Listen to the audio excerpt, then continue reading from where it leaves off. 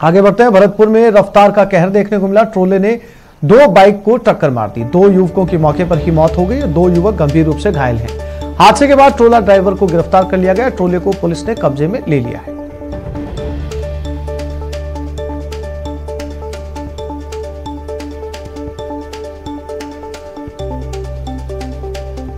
इस टक्कर के अंदर 2 लोगों की मौत हो चुकी है। 2 बाइक को इस ट्रोले ने टक्कर मारी थी। भरतपुर में यह दुर्घटना सामने आई।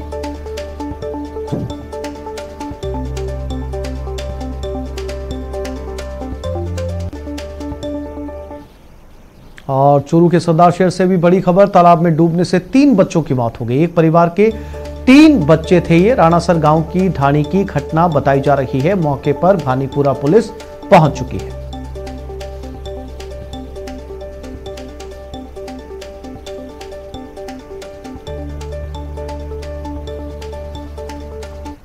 और अब बात जयपुर में आग के तांडव की, जहां कुकस रोड स्थित एक वाहन कंपनी के शोरूम और गोदाम में आग लगने से हड़कंप मच गई। देखते ही देखते आग ने पूरे गोदाम को अपनी गिरफ्त में ले लिया और आसपास के आसमान में धुएं का गुबार फैल गया। आग ने पूरे गोदाम को अपनी चपेट में ले लिया। सूचना के बाद तत्काल दर्जनों दमकल की गाड़ियां मौके पर पहुंची और आग बुझाने का काम शुरू कर दिया। बताया जा रहा है कि आग लगने के दौरान गोदाम के अंदर कुछ कर्मचारी भी फंसे हुए हैं। उन्हें बचाने की कोशिश की जा रही है। आग लगने के कारण शॉर्ट सर्किट बताया जा रहा है। मौके पर पुलिस पदाधिकारी और स्थानीय लोगों की भीड़ जमा है और आसपास की बिजली को बंद कर दिया गया है।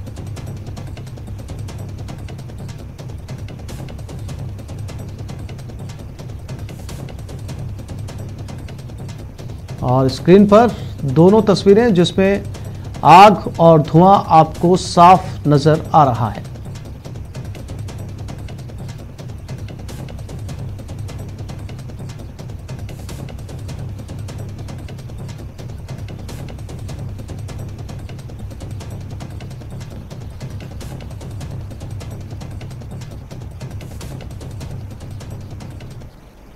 ये खबर महाराष्ट्र के पुणे से है, जहां एक कार चलती चलते बर्निंग कार में तब्दील हो गई। अचानक से कार से चिंगारी उठी और देखते ही देखते कार शोलों में तब्दील हो गई। हैरानी की बात तो यह है कि सड़क पर कार जलती रही और पास से वाहन गुजरते रहे। खबर के मौके पर फायर ब्रिगेड की टीम पहुंची, लेकिन तब तक कार जलकर राख हो चुकी थी। अरे गाड़ी भेजो ना यहाँ तनिष्क शोरूम के यहाँ कार में आगे भयंकर।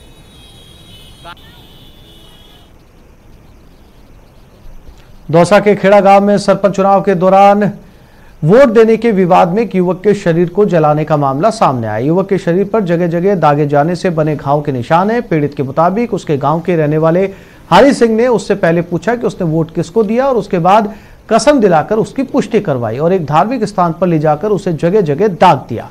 इस दौरान हरि सिंह ने पीड़ित से कहा कि उसके ऊपर दैवीय शक्ति आ गई और पीड़ित के शरीर में नेगेटिव एनर्जी आ गई, जिससे हटाना जरूरी है। घटना के बाद पीड़ित राय सिंह ने थाने में आरोपी हरि सिंह पर जलाने और जान से मारने का मुकदमा दर्ज करवाया। फिलहाल पुलिस मामले की जांच में जुटी है। फिर मैं कह दियो मैं यार मार वोट कोड़े दे दियो तूने दियो कि नहीं दियो फिर काहे को फिर मुझसे वो लिया कर चल कर के उड़ी चला था। फिर वो महाराजा बोला मैं तड़ाने बैठे तो फिर बोंडो को ना हो बोंडो बोंडा फिर तो आग लगा एक महाराज जगह जगह बाढ़ दियो बैठा को मैं सोचा कहीं कहीं बाढ़े फिर वो सब आए कहते महाराज ने बाढ़े थे।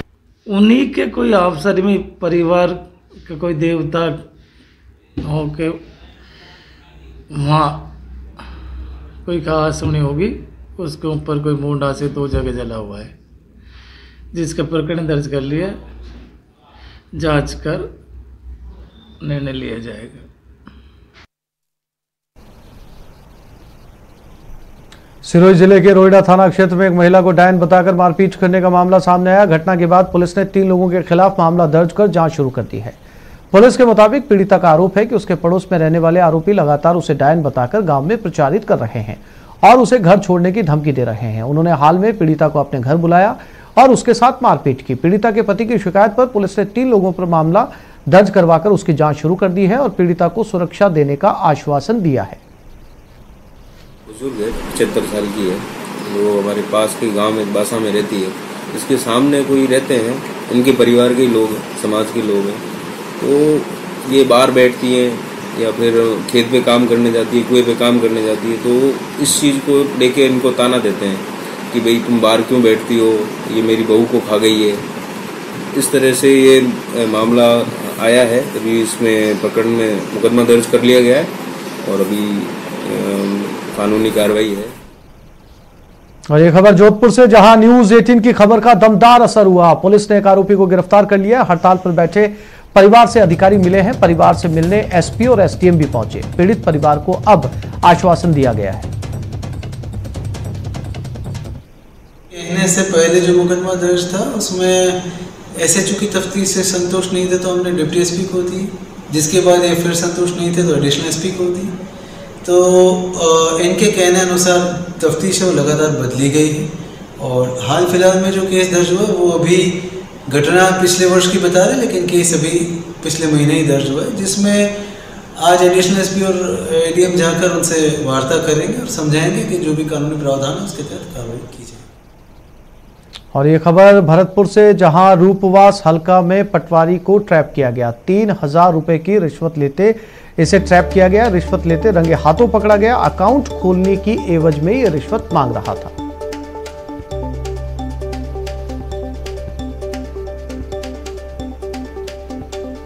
तो एक पटवारी को 3000 रुपए की रिश्वत लेते हुए रंगे हाथों पकड़ा गया। भरतपुर से इस वक्त की बड़ी खबर, इसने अकाउंट खोलने की एवज में ये रिश्वत मांगी थी।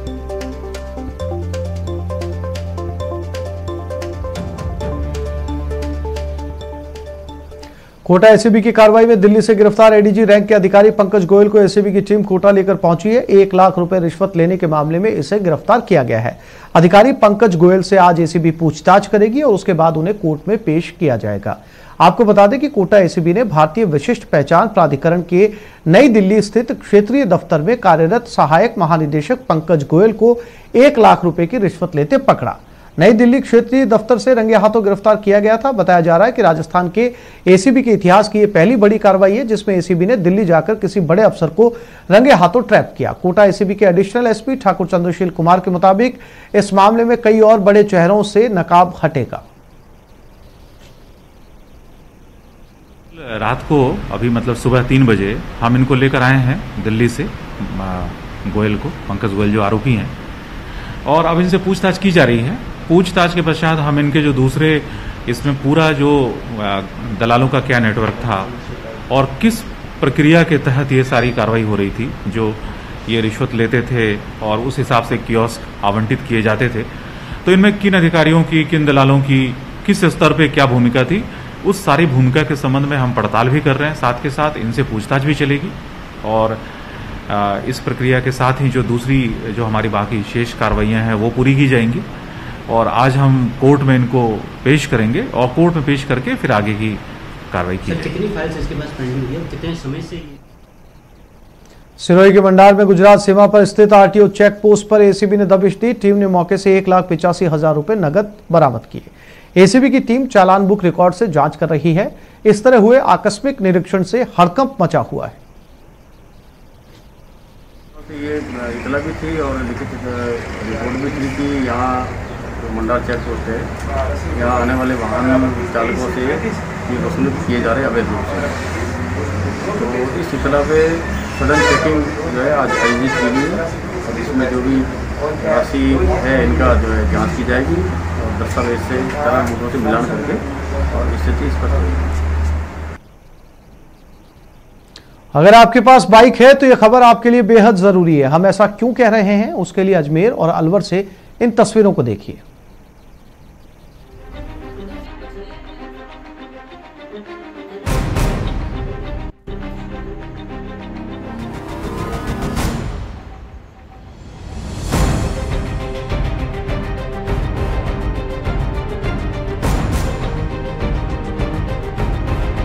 आगे कुछ बताएं उससे पहले जरा अजमेर और अलवर से आई इन 2 तस्वीरों को गौर से देख लीजिए।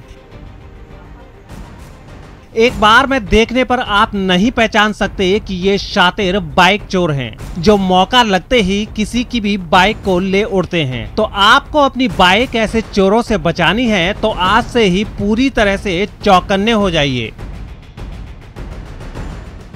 पहले बात अजमेर की। चोरी की ये वारदात गंज थाना क्षेत्र के बड़ी नागफनी इलाके की है। किशन सिंह नाम का एक शख्स अपनी बाइक को खड़ा कर अपने भाई की बारात निकासी के लिए गया था। बस फिर क्या था, इस चोर की तो मानो बल्ले बल्ले हो गई। आराम से ये काली शर्ट वाला शातिर चोर बाइक के पास आया, कुछ देर उसके ऊपर बैठा और फिर मास्टर की लगाई, किक मारी, बाइक स्टार्ट की और फिर बाइक पर चलता बना। ऐसी ही तस्वीर अलवर जिले से भी आई है। देखिए, सड़क पर यह काले रंग की बाइक खड़ी है, तभी यहाँ बाइक पर सवार होकर ये दो चोर आते हैं, अपनी बाइक रोकते हैं। इसके बाद एक चोर मास्टर चाबी की मदद से बाइक का लॉक अनलॉक करता है और फिर आराम से बाइक को चलाकर ले जाता है। बाइक चोरी की दोनों वारदातें सीसीटीवी में भी कैद हुई हैं और पुलिस इन शातिर बाइक चोरों की तलाश भी कर रही है।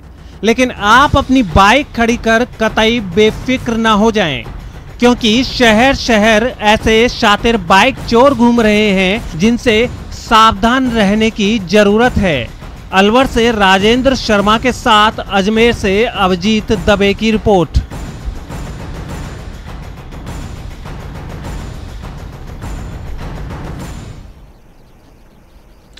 देश में कोरोना काल चल रहा है और प्रदेश में सरकार लगातार नो मास्क नो एंट्री के साथ साथ सोशल डिस्टेंसिंग को लेकर जागरूकता अभियान चला रही है। लेकिन इस अभियान और सरकार की अपील को उस समय पलीता लग जाता है जब टीवी स्क्रीन पर कुछ इस तरह की तस्वीरें देखने को मिलती हैं। कोरोना काल में ऐसी तस्वीर को देखकर हर कोई चिंतित होने लगता है कि क्या हेल्थ गाइडलाइन की पालना आम लोगों के लिए है, क्या नेताओं के लिए नियम कुछ भी नहीं। पहली तस्वीर उदयपुर की है। यहाँ यूथ कांग्रेस के कार्यकर्ता किसान आक्रोश ट्रैक्टर रैली निकालकर सोशल डिस्टेंसिंग की धज्जियां उड़ा रहे हैं। वहीं दूसरी तस्वीर जोधपुर की है। यहाँ नेता चुनाव प्रचार के दौरान कोरोना प्रोटोकॉल की धज्जियां उड़ा रहे हैं।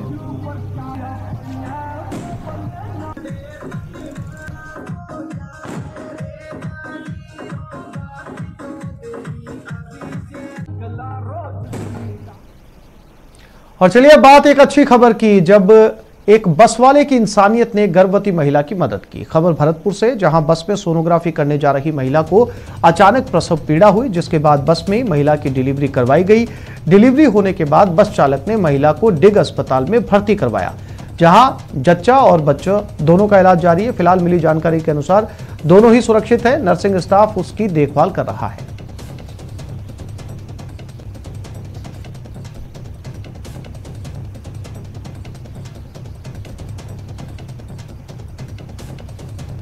एक ब्रेक के लिए रुकेंगे, ब्रेक के बाद बात करेंगे नड्डा पर सीएम गहलोत के वार की।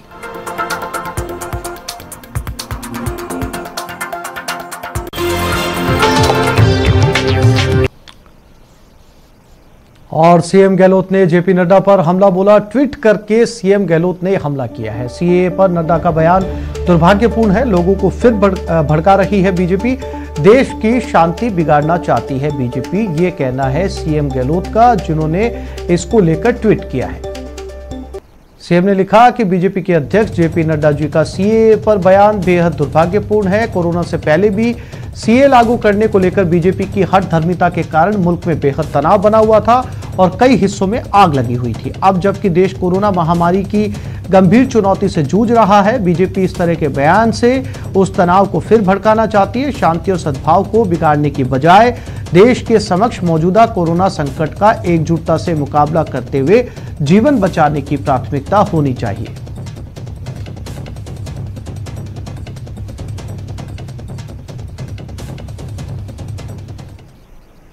और गोविंद सिंह डोटासरा का बयान भी सामने आया। स्कूल खोलने पर अब कमेटी फैसला करेगी। कमेटी जल्द ये रिपोर्ट सौंपेगी। रिपोर्ट के आधार पर यह फैसला होगा। कोरोना लंबा चला तो 0 सेशन होगा। गोविंद सिंह डोटासरा का बयान। क्योंकि देखिए, अगर लंबा चल गया तो 0 सेशन होने की भी दिक्कत आ सकती है। तो 0 सेशन होता है तो बच्चों का 1 साल बर्बाद हो जाता है, जो राजस्थान की सरकार, अशोक गहलोत या हम नहीं करना चाहते। हम ये चाहते हैं ऐसा कोई रास्ता निकले कि हमारे बच्चे संक्रमित भी नहीं हो, उनका 0 सेशन भी नहीं हो, उनकी पढ़ाई भी जैसी भी हो वो भी बाधित नहीं हो, उनको पढ़ाई भी मिले। तो इसके लिए हम प्रतिदिन इस बात की चर्चा करते हैं, उच्च अधिकारियों से भी करते हैं, अभिभावकों से भी चर्चा कर रहे हैं। अब वो कमेटी है, वो सबसे चर्चा करके जल्दी एक रिपोर्ट देगी, मैं समझता हूं 30 तारीख तक, और वो रिपोर्ट के आधार पर फिर मुख्यमंत्री जी से चर्चा करके हम लोग फैसला लेंगे। केंद्रीय मंत्री ने सीएम को पत्र लिखा। अर्जुन मेघवाल ने ये सीएम को लेटर लिखा है। गहलोत को पत्र में बीजेपी महामंत्री के भतीजे पर गोलीबारी का मामला है। बिगड़ती कानून व्यवस्था को लेकर यह पत्र लिखा गया। पत्र में बीकानेर में हुई गोलीबारी का जिक्र किया गया। एक ही दिन में 3 जगह गोलीबारी हुई थी। सीएम गहलोत से कार्रवाई करने की मांग की गई है। अपराधियों के हौसले बुलंद है। अपराधियों में भय और डर नाम की कोई चीज नहीं बची है। मैंने इस संबंध में मुख्यमंत्री जी को भी पत्र लिखा है। डीजी पुलिस, उनसे भी मैंने टेलीफोन पर व्यक्तिगत वार्ता की है, कल भी की है, आज भी की है। और जो स्थानीय पुलिस प्रशासन है उनको भी चेताया है कि बीकानेर जैसे शांत शहर में ये जो माहौल खराब कर रहे हैं, कानून व्यवस्था को चौपट कर रहे हैं, कानून को अपने हाथ में ले रहे हैं, ऐसे वातावरण को तुरंत रोकें, अपराधियों को गिरफ्तार करें और बीकानेर जैसे शांत शहर के वातावरण को बिगड़ने नहीं दें, अन्यथा भारतीय जनता पार्टी सड़कों पर आंदोलन करेगी। और मूंगफली खरीद मामले में नेफेड अब मूंगफली की खरीद नहीं कर रहा। बीजेपी प्रदेशाध्यक्ष पूनिया का बयान सामने आया कि कृषि मंत्री से वो बात करेंगे, किसानों का नुकसान ना हो, ये भी कहा पूनिया ने। कृषि मंत्री से वो इसको लेकर आग्रह करेंगे।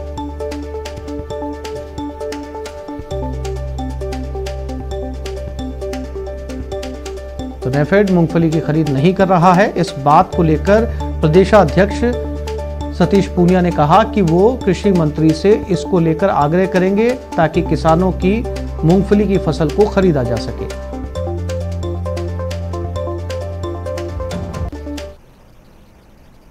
और हनुमानगढ़ से बड़ी खबर, संगरिया में हुई बैंक डकैती का खुलासा हो चुका है। पटियाला से 3 आरोपियों को गिरफ्तार किया गया। बैंक से 1 करोड़ 13 लाख रुपए की डकैती की गई थी।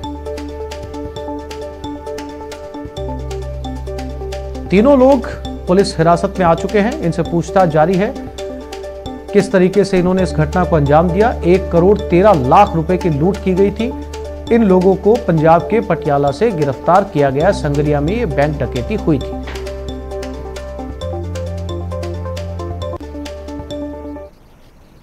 सिरोही के माउंट आबू में भालू के आबादी क्षेत्र में आने की खबरें आती रहती है। मंगलवार देर शाम को गुरु शिखर मार्ग पर रोड पर स्थित वीर बाबा मंदिर में एक भालू आ धमका। भालू के आने से मंदिर में उपस्थित लोग वहां से चले गए। भालू मंदिर में कुछ देर तक अपना खाना पीना ढूंढता नजर आया, फिर वो मिला जो खाकर चला गया। मंदिर पर लगी लाइट को बंद करने की कोशिश करने लगा। 2 कोशिशों के बाद आखिरकार तीसरी बार भालू ने लाइट को बंद कर दिया और वहां से चला गया। पूरा नजारा वहां से गुजर रहे स्थानीय नागरिक ने सड़क से अपने मोबाइल में कैद कर लिया।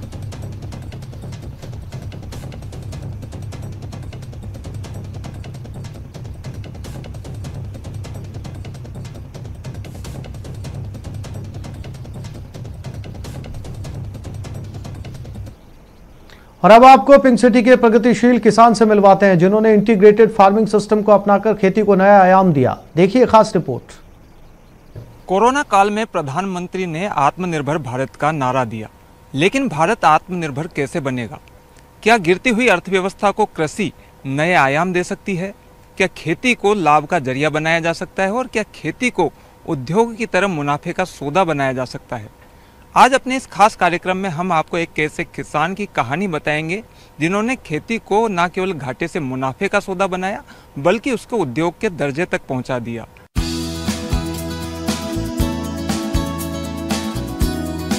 प्रगतिशील किसान का कमाल, किसान ने बदली अपनी तकदीर, इंटीग्रेटेड फार्मिंग से बढ़ेगी आय। प्रधानमंत्री नरेंद्र मोदी ने आत्मनिर्भर भारत का नारा दिया है। इस लक्ष्य को हासिल करने में कृषि क्षेत्र भी बड़ा योगदान दे सकता है, बशर्ते किसान इंटीग्रेटेड फार्मिंग को अपनाएं। जयपुर के बिचून गांव में प्रगतिशील किसान सुरेंद्र अवाना खेती को नए आयाम दे रहे हैं। सुरेंद्र अवाना खेती का IFS मॉडल यानी इंटीग्रेटेड फार्मिंग सिस्टम अपनाकर खेती से कई गुना मुनाफा कमाने की तरकीब सुझा रहे हैं। सरकार भी किसानों से केवल परंपरागत खेती के भरोसे रहने के बजाय समन्वित खेती अपनाने पर जोर दे रही है। समन्वित खेती यानी खेती के साथ ही खेती से जुड़े दूसरे कार्यों को भी साथ में ही अपनाया जाना, ताकि खेती में लागत को कम किया जा सके और आय में इजाफा हो सके। कि परंपरागत खेती से किसान को अपने आप को चेंज करना पड़ेगा। आप पहले 50 बीघा में मान लो गेहूं लगाता है, तो किसान को चाहिए 4 बीघा में तो वो करे, बाकी सब्जी करे, फ्रूट के पौधे लगा दे, चारा लगा दे, नर्सरी कर ले, और इसके अलावा औषधीय पौधे, ये कोरोना महामारी के बाद औषधीय पौधों की बहुत अच्छी डिमांड है। सुरेंद्र अवाना अपने खेत पर नए जमाने की खेती के साथ ही बागवानी, औषधीय खेती, डेयरी, मछली पालन और खाद निर्माण जैसे कार्य एक साथ करते हैं। ये सभी कार्य एक दूसरे से जुड़े होने के चलते लागत कम हो जाती है। मसलन पशुओं के लिए चारा खेत में ही पैदा हो जाता है, पशुओं का अपशिष्ट खाद बनाने के काम आ जाता है। इसी तरह मछलियों के लिए आहार भी खेत और डेयरी से मिल जाता है। सुरेंद्र अवाना अपने खेत पर 18 तरह का चारा उपजा रहे हैं। इस बहुवर्षीय चारे से 5 से 80 साल तक आय होगी। इतना ही नहीं, अवाना परंपरागत खेती के साथ ही मरुधरा में सेब, बादाम और स्ट्रॉबेरी जैसी खेती भी करके दिखा रहे हैं। गायों के बाद मैंने 18 तरह का बहुवर्षीय चारा इस फार्म पे, जो हिंदुस्तान में शायद किसी फार्म पे नहीं है। बहुवर्षीय का मतलब है 5 साल से लेके 80 साल तक का, एक बार लगा दो और काट काट के एनिमल को डालते रहो।